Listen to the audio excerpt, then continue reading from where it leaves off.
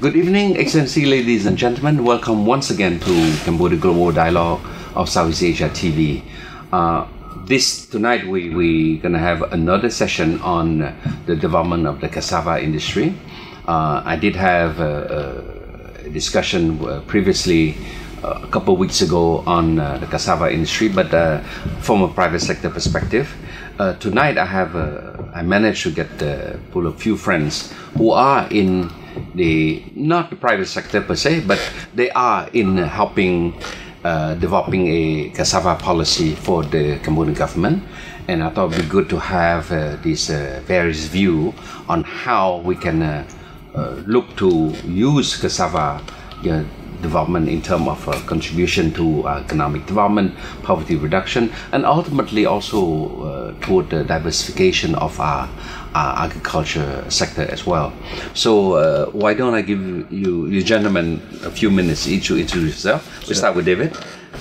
Yes, so good to be back here on this Cambodia Global Dialogue. My name is David Van. I'm doing mainly public relations for multinational in Cambodia, providing them more advisory services on government affairs. But also because of my past experience working for the development community, so I've been helping now UNDP in trying to improve more the cassava value chain for this particular topic. Okay. Sven? Good evening. Thank you for the invitation. So my name is Sven. I've been in Cambodia for almost 15 years. I'm by profession trade policy advisor, meaning I'm helping governments, especially in this region, to better integrate in the world trade, in the regional trade, by providing policy advice. And I've been doing that in Cambodia, especially on improving Cambodia export diversification. And most lately, I've been doing that in Myanmar. And at the same time, I'm working on bringing more readiness for e-commerce to countries like Cambodia, Myanmar, and Laos, hoping to bring technology, information, and what we call agri-tech to beef up Cambodia's capacity to export agricultural products. Good evening all, and thank you, Siphana, for the invitation. Also very glad to be back to this Global Dialogue panel. And so my name is Wisal. I'm a policy advisor for UNDP. We are actually working closely with the Ministry of Commerce to develop the national policy for cassava and to scale and to develop the market, and obviously with the impact and the objective to help mainly the smallholders and to be able to grab the benefit of this very versatile but very high potential sector for Cambodia. Well, it's interesting. I think we all ex-UNDP. Correct. That's true, yes. Somehow, right? Yes. Yeah, in various of our professional life, we have worked for UNDP. But it's interesting. I want to get us back a bit. I think it was 2 months ago, UNDP has worked with the Ministry of Commerce to organize quite a big forum on cassava. What's the title of the forum? It was a business and investment forum. Okay. Where we actually invited a bunch of investors and businesses, but also the public actors to come and to discuss basically the potential of the sectors and how can we all work together from the public and the private to achieve basically those objectives, those common objectives that which is to develop the cassava sector. So it's very important that we address those issues from different angles, from the private and from the public. And that's that was a very successful forum because we received a lot of good feedback, but we invited internationals actually because it's very important to also understand the panorama and the opportunities that cassava markets is in, from India, from Indonesia, from Vietnam, and obviously from Thailand, who has been involved in this sector for the past 50 years. So there was a lot of lessons that Cambodia will gather from those experiences from the other countries. Yeah, the Minister of Agriculture mentioned yesterday in one of his signing ceremony with a company, Green Leader of Hong Kong. He mentioned that Cambodia now have 700,000 hectares of planted cassava already.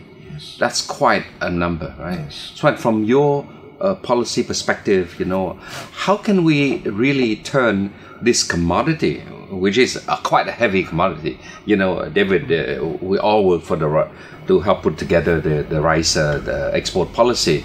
It's different ballgame. Rice and cassava are quite different. It's agricultural commodity, but the export, the processing is quite different. What's your view on that? Correct. I think what we're seeing is you mentioned this figure, impressive figure. There's also impressive figure in terms of exports of cassava, while currently maybe few people know that most of the cassava is exported in an informal trade. So there's a huge potential for Cambodia to actually move into formal export, as well as what is already happening, diversifying the type of product Cambodia is selling instead of selling the raw product in semi-processed or processed product. From a policy perspective, what we've been seeing is that I think we are looking at a sector which is kind of emulating what happened with the rice policy, where they were before 2010, when you actually were involved in this the formulation of the rice policy. There were maybe uncoordinated initiative from the private sector, from donors as well, and from the government. And the rice policy helped to get together and into one single vision, one direction. I think it is what's happening now in the cassava sector from a policy angle, getting the different actors together. And the Cassava Forum was one such place where people, buyers, but also farmers, middlemen could get information about cassava, and having this type of dialogue, public-private dialogue, is one way to go forward. Having the donor involved, having the investor coming here. So it's more or less what we think what we saw in the rice policy. Trying to achieve targets, and hopefully we will experience the same success as the rice. Well, I like to benchmark a bit with the rice policy, David, because then we have a time lapse that we can look back, what went right, what went wrong, how we can improve, and I'm pretty sure there's a lot of lesson learned, from the implementation. First, from the formulation of the rice sector strategy to the implementation, and we are now about 6-7 years already into the implementation of rice policy. We set up a very ambitious export target. Where are we, and what do you see some commonality in terms of these two sectors? How can we skip the learning curve? Well, I guess maybe to add a bit more details on this cassava topic, Cambodia definitely cannot keep on being just exporter of commodities because the margin is so slim. So the idea and the challenge here is to how do we help the cassava industry move up the value chain. After the conference in Siem Reap in early November, the UNDP team went to have a session with Excellency Wong Sevisot, who is also the chairman of SNEC, Supreme National Economic Council. Vice Chair. And his recommendation to the team was that it is good that UNDP is looking into the cassava sector, but he would rather recommend the team to work with the various stakeholders in ministries and private sector institutions to come up with what he deemed is more a cassava strategy. So that with the strategy you can easily sort of plug into this, under this umbrella, what they call industrial crop policies in general. So under the same umbrella you can plug in cassava, you can plug in rubber, pepper, etc. etc. That's the basically the overall idea. So how do we move forward is UNDP will work primarily with Ministry of Commerce as sort of the counterpart. But the idea is to also pull in the various ministry involved so that they also take ownership in the strategy per se. Yes. So, for instance, Ministry of Agriculture would come in and help draft the strategy centric on, say, the seeds, the cultivation part, which is their domain. Yes, yes. Ministry of Polygo and Transport may come in and help draft the part related to logistics, transport, and so forth. So that each key government agency can really take ownership, and so that it will facilitate more when you go to implementation of the strategy itself later. Yeah, so Wisal, from your macro perspective, right? I mean, based in New York and working with large public private sector institution, financing is definitely an issue at some point, because the farmer can only but go so far. From a blended financing perspective, which is quite popular now, what do you think? What can we do on that side? Yeah, and definitely what we realized when we discussed with the different stakeholders and probably the investors and the existing actually processors here in Cambodia, and there's a number of them actually, different size, and access to finance has always been one of the key obstacles for them to grow and to scale. So, given the fact that cassava productions can create new opportunities in terms of renewable energy, in terms of fertilizers, in terms of all those sub-products, there's a lot of actually opportunities for bringing investors, but public and private investors who actually can see that they aren't actually interest. Blended finance in that sense is a very good vehicle to promote obviously business growth, but also impact in terms of social and environmental. That's something that actually, because we all know that cassava productions have what we call externality effects, like pollutions, waste, and so therefore those issues are not actually should not be seen as obstacles, but as an opportunities for bringing more investments, public and private, to tackle actually those obstacles and turn into basically positive impacts. So therefore, cassava industry is a very actually fertile, I would say, ground to welcome those blended finance. Well, thanks, Wisal. We can take a short break. When we come back, I want to focus more on the whole cassava supply chain, product chain per se. Yes. All right.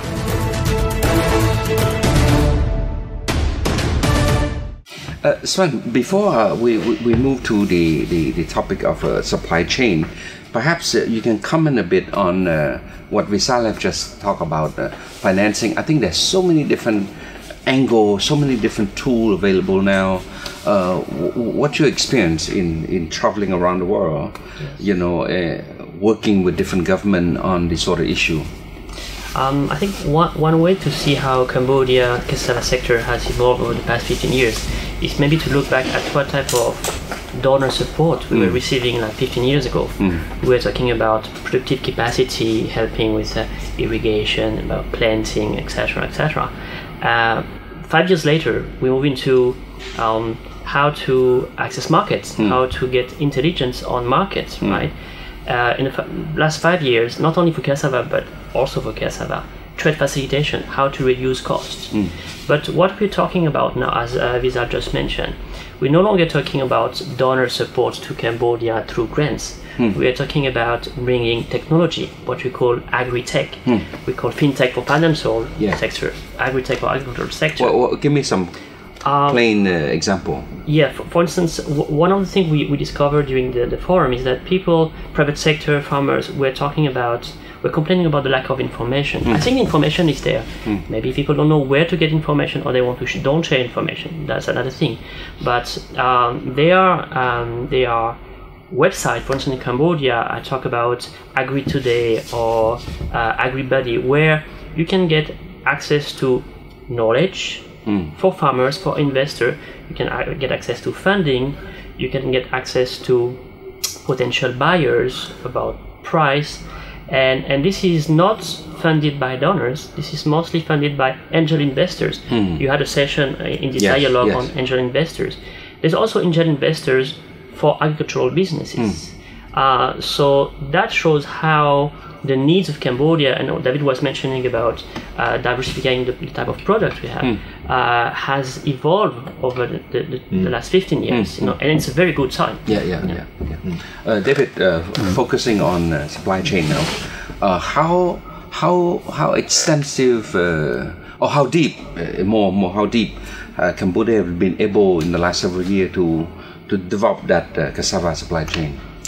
I think the misperception, if I may say so, from mainly cassava stakeholders, especially farmers, when you mention cassava, the people just keep on complaining about, neighboring countries, the price drop, etc. But besides that, it's just a small portion of the overall picture. I think the public, including the major stakeholder, do not clearly yet understand what is the real potential if we can integrate further up the value chain. Cassava is being used not only for producing starch, etc., but if we could sort of pull in more value add in-country processing to turn the tapioca chips and start into more finished products that are distributed in the pharmaceutical industry, in the cosmetic industry, in dairies and so forth. So it would be already quite an achievement in terms of bringing more value add to the cassava industry. Don't you think it's a bit premature for Cambodia to think that advance in the technological? Well, you still need to start somewhere. At the end of the day. So of course there is sort of a time frame you need to walk through before you can actually reach get an investor that will produce a finished pharmaceutical products. But the idea is to how do we start consolidating, pulling all these different players from the cultivator to the processor into perhaps a more integrated kind of clustering concept. Speaking of clustering, association well organized already? There's actually around 12 cassava associations now in the country, at least. Mostly what province? It's mainly on the west side. West side. On the west side. So basically Batabong, Pailin, and Bantamche. That's where the productions actually is happening. As you said, the thing is that Cambodia cassava has grown very rapidly. We moved from 16,000 hectares to 700,000 hectares in the last 10 years. So this is something that we rarely see in the other countries. So this rapid growth in terms of productions and in terms of cultivation lands, the problem is that it hasn't been accompanied with the right technologies, the right practices to ensure the sustainability of that productions in terms of the breeding, the variety that we're planting here, and increasing the productivity. Because as David and Sven was saying, is that right now Cambodia is mainly depending on 3 markets. So Thailand, Vietnam, and China, and is mainly the neighbor's country, and mainly for raw material. So basically the roots, fresh roots, or the chips. So I think one of the key issues for Cambodia cassava is how do we actually integrate better the value chains from the productions to the processing, and making sure that the smallholders and the cassava associations members have access to local markets. I give you just one example. There's this little company in Siem Reap. Like 5 or 6 persons are working in this company, and they're exporting 5 tons of starch every year to the East Coast, to the West. To US. And they found one particular buyer who actually buying them the starch to make spaghetti. See, those are the niche actually, and the company is doing very well. Small size, but they're exporting regularly their starch. The problem that they're facing is how do I supply? How do I ensure my supply of starch, of cassava, to produce my starch? So therefore, from a policy point of view, it's very important that we address the sustainability of the productions, but also how we integrate the production to the value chain. Okay, it's quite interesting. Sven, any comment on that? What I'd like to highlight as well is what Wisal was mentioning about the domestic capacity, what we can observe in Cambodia, not only for cassava. You just mentioned in your introduction this huge investment from China coming into Cambodia. What we see is that, be it in cassava or others, you see those buyers from China, from Korea, even from France, coming here and buying. It's not really contract farming, but buying a whole production of one producer and helping this producer export and meet the sanitary and phytosanitary requirement of this country. It's the same with mango, it's the same with cashew nut, etc. So there is an interest in Cambodian market, not only the commodity but also the processed products with markets already identified. So instead of trying to find a market elsewhere, we have done that, and now people are coming here, investors are coming here, producing here and exporting back. So that's also a very good trend that we have to kind of emulate. You know, in terms of ecosystem of the cassava, yes, of course, I think it's good to talk about export, but it's the same as rice when we are able to use the husk, for example, to burn the energy. I think it's the same thing for the cassava, no? Because the biomass is there, right? The biomass is there. This cassava plant is a magic one. As we said, it's the 21st century crop because you can do so many derivatives around the crops. The root itself, but also the stem and the leaf, the head, basically. So you can obviously do chips, but starch, modified starch, and those are going into like cosmetic industries, like pharmaceutical industries. I give you this example of this Indian buyer who attended the conference in Siem Reap, who were desperate to find some starch, native starch, to feed basically the Indian textile and cardboard industry. So you're using actually the starch to enter into the value chains of textiles, industries, and cardboard. So beside obviously we can go to the sweetener industry because it's huge market in terms of we produce basically a sweetener from the starch. So in terms of product derivatives and value chains, cassava is that's why we call it an industrial crop. It's so those are the huge opportunities that Cambodia can tap on. You know, now I move a bit to the market. Sven, you did mention a bit on the issue of phytosanitary. For export purpose, is cassava is a product that is very much subject to sort of like very stringent SPS issue? Well, so far the case of Cambodia is interesting because most cassava exports and commodity is going through, I would say, third country to reach the final destination. Yes. So I'm not sure we're talking about the prime export or the final export destination. Okay. What we see, what I was mentioning earlier, is that those companies from China or from elsewhere see the market opportunity in Cambodia and are very much aware of the constraints to export. So we must rely on those instead of asking the farmers or the processor or the exporters to find out what this market requires, what that market requires. Get the investor to help Cambodia meet the SPS requirement. Yes, there are stringent requirements if you want to export to EU, US. There are different requirements if you want to export to neighboring countries or China. But it's always coming back to this issue of information. Is information available? All the potential export or use of cassava that Wisal was mentioning. Are we aware of that? Are the farmers aware of that? Are the processor, the exporter aware of that? So that they can diversify their product and maybe have less stringent SPS standards to meet. This is something that I don't have the answer to. Information is available, but how do we sell it out to the people who actually need it? One more break, and then when we come back, I want to tackle a few sensitive issues related to climate change. I hold that for the question later on. Okay, so we'll take a short break.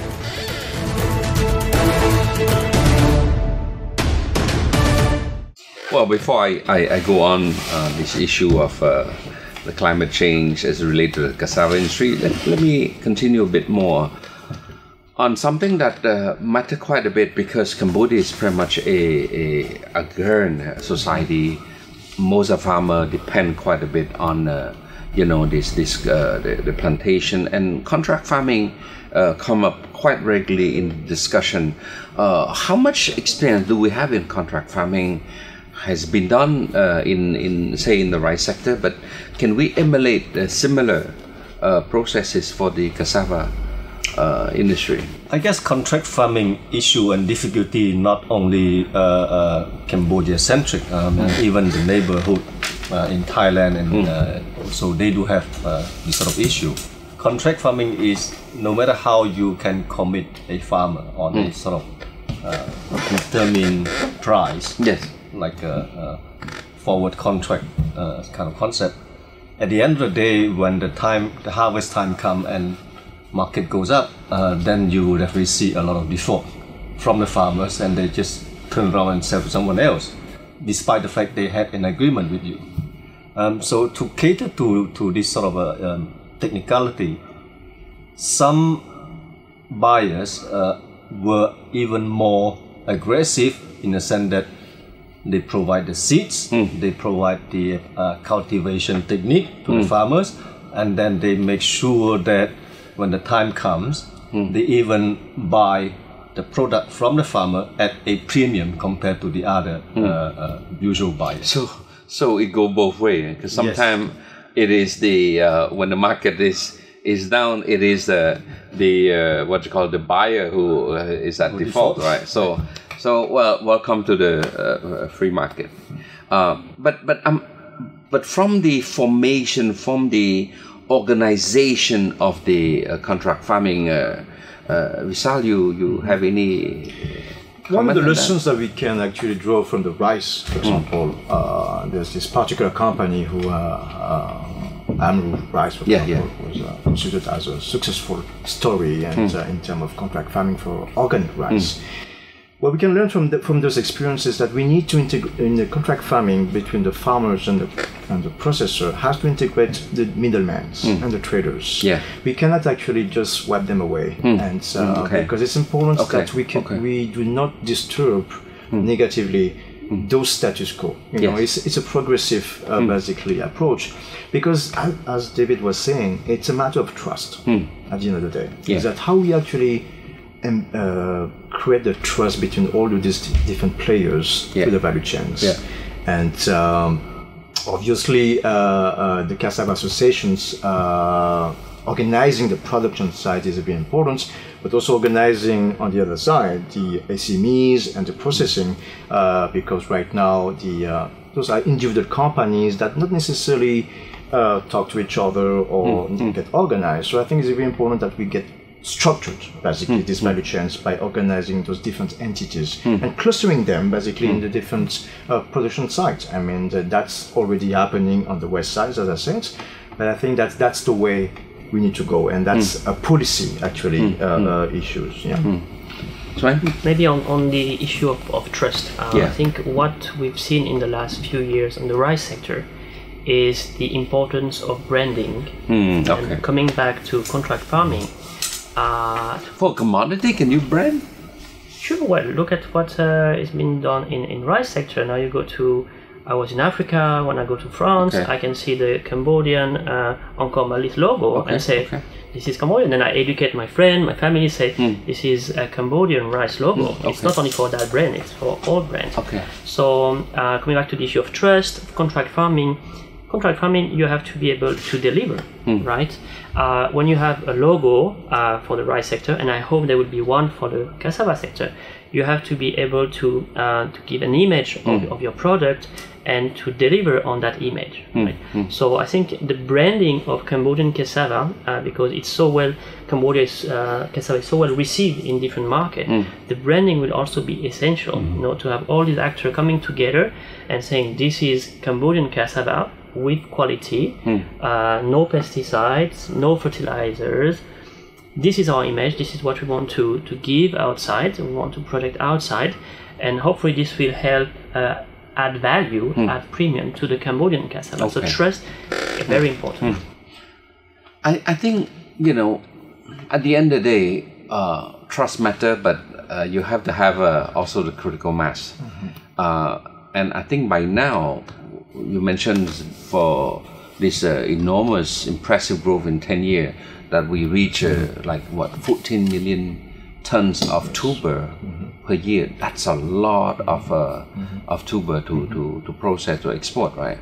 But you know, from my perspective, I think there are issues also relating to climate change. And the reason I say that, because lately you see a lot of this sort of like subtle protectionism. You know, look at the EU, and then log ahead now with Malaysia and Indonesia on the issue of palm oil, for example. You know, because their argument is that, you know, you're taking away a land that is suitable for food crop, for example, competition for food crop. So in Cambodia, we have not heard about the movement toward using cassava for ethanol, but at some point it will come, right? And part of this climate change accord, where China has committed to really implement the accord, moving up, putting the ethanol 10, right, into the gasoline, for example. Thailand is at ethanol 5 now, E5 now. So all these things has an impact in a way on the food crop. Sven, what's your view? And later on, Wisal, from New York perspective. Well, you describe it right. I mean, there's no way out. No? We will have to somehow adapt at some stage to all those criteria, because in the end, the buyer will demand it. So, I mean, it's not yes or no. It's whether when. Yes. In my mind. Okay. Yeah, cassava is there's this beautiful company in Karachi who just recently opened a huge factory to produce basically bioethanol. That's a Korean, right? It's a Korean investment, and so that's the way. I mean, they're opening the way by using cassava as a biofuel, and that's in a way to reduce the over dependency that Cambodia has on fossil fuel. And so the market is there, obviously, and so I mean, they're exporting to Korea in that sense. But for now, right? For now, but there's already some discussions right now in Cambodia on how we actually can move to, probably not to E10, but right E5, away, but E3 or E5. But that's a trend in the ASEAN. That's all the countries are moving towards that. So that's Cambodia is blessed in that sense that we can actually rely on this magic crop to actually be able to feed the markets. So that's at the end of the market. But I think also it's important to understand that the production side, because indeed there's a lot of myth about cassava productions in terms of depending on the soil, the water pressure. So it's very important that we actually apply new technology and practices to avoid and to minimize those risks. In any crops, you have side effects. The externality. So we have to actually make sure that the Cambodian production is somehow green and sustainable in that sense. Yes. Well, I mean, I'm glad that we managed to touch a bit on the environment, because you know, externality does exist, and particularly for vulnerable farmer. You know, I mean, if you have factory that pollute, you know, it's nice for them to buy the cassava tuber, but it's not nice when they pollute the river streams, for example. So these are something that I expect, and I hope that when we all contribute to the rice, I mean to the cassava policy development, that we make this quite a strong focus that, you know, we should balance. You know, there's opportunity, there's cost, but somehow the burden is on the government to be quite strict on that. So I hope you, David, as you work on that, you bring in you mentioned working with the commerce for export, agriculture, ministry for sort of like production, but don't forget Ministry of Environment. Sure. We have quite a young, dynamic minister who really keen on environmental protection. Well, so I think this is quite the key idea is, like I said, is to have all the major stakeholders, whether government institution or private institution, to be buying into the strategy and have certain ownership. Could be environment, could be public good and transport, could be agriculture, could be commerce. But the challenge also is to how do we, when we conceive that strategy, how do we look at how to hedge the cassava industry? Like you said, what if we one day we get hit like the palm oil sector? Yes. How do we have a sort of a backdoor exit or a contingency plan? So that's the kind of challenge that we need to think through on the conception. Well, gentlemen, we're almost running out of time. Why don't I give you 1 minute each for your last thought? Sure, I think that's, I mean, on the UNDP side, we are very glad to and blessed to support the Ministry of Commerce in pursuing this policy and this strategy for cassava. And we really believe that this crop will, it's basically the second most important crop in Cambodia, so you cannot basically just wipe it and forget it. So we need to gather all the stakeholders and the different private sectors and investors to really invest into this sector that will obviously uplift Cambodia and also contribute to the vision of the Royal Government of Cambodia in diversifying its industry base. So I think it's a long way to go, obviously, but as David was saying, we need to start somewhere. And this policy or this strategy is overdue. It's been 10 years already, and it's something that now we are very glad there's a commitment from the government. I mean, from the Ministry of Commerce, per se. So and funding are coming as well, you know. And so I think that is a very good timing to bring on board all the stakeholders and partners. Sven? Yeah, I would say the very fact that you organize this Cambodia Business Dialogue on cassava is a testimony of the importance that cassava has taken for Cambodian economy.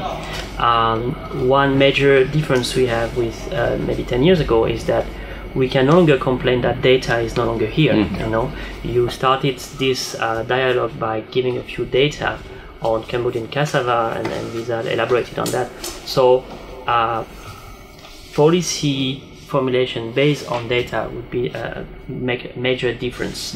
We have information on product, on where Cambodia cassava can go, on soil erosion, degradation. We have data, can do data crunch. We can put this data online for everyone who wants to know. So I hope that in the future, nobody can complain that information on cassava, Cambodian cassava, is no longer there. So thank you for bringing this to the table today. Yeah, David? So again, drawing back from the rice policy conception and implementation, especially at that time, a lot of key ministries, to be honest, were dragging their feet because they claimed that they were not part of writing that so-called policy. So from that kind of lesson learned, the key now is how do we bring on board all the various key stakeholders, be it ministry or private sector institution, to really have some ownership by getting them to be involved in writing the relevant part that is related to their own institution, so that therefore when it comes to implementation, nobody may have that sort of excuse anymore, hopefully. Well, gentlemen, I want to say thank you for you all for sharing your wisdom, you know.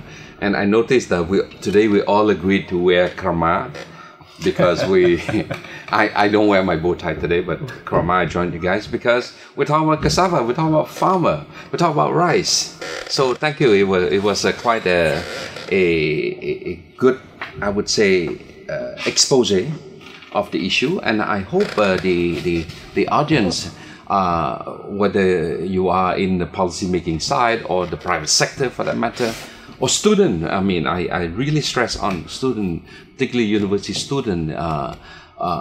This is an opportunity for you also to consider that if you're going to major in agricultural science, you can have a good job, you know, working in Battambang, helping your parent, helping your local community there without having to migrate to Phnom Penh. And that's the thing about agro industry, you know. Why I think we have so much traffic jam in Phnom Penh now? Because everybody's coming to Phnom Penh to look for a job. But again, listening to what you gentlemen mentioned, we have 700,000 hectares of cassava planted in different parts of Cambodia. There's plenty opportunity for processing, for marketing, for value adding. The knowledge is there, like you say, Sven, you know, the data is there, the association is there, the will of the development partner community is there. So I think the potential is quite strong. So I really hope that we push this year to make sure that this cassava policy will become a reality, and hopefully it will sort of guide the cassava community to move forward and hopefully contribute to the development of this country. So on that note, I hope you learned something from tonight. Good night.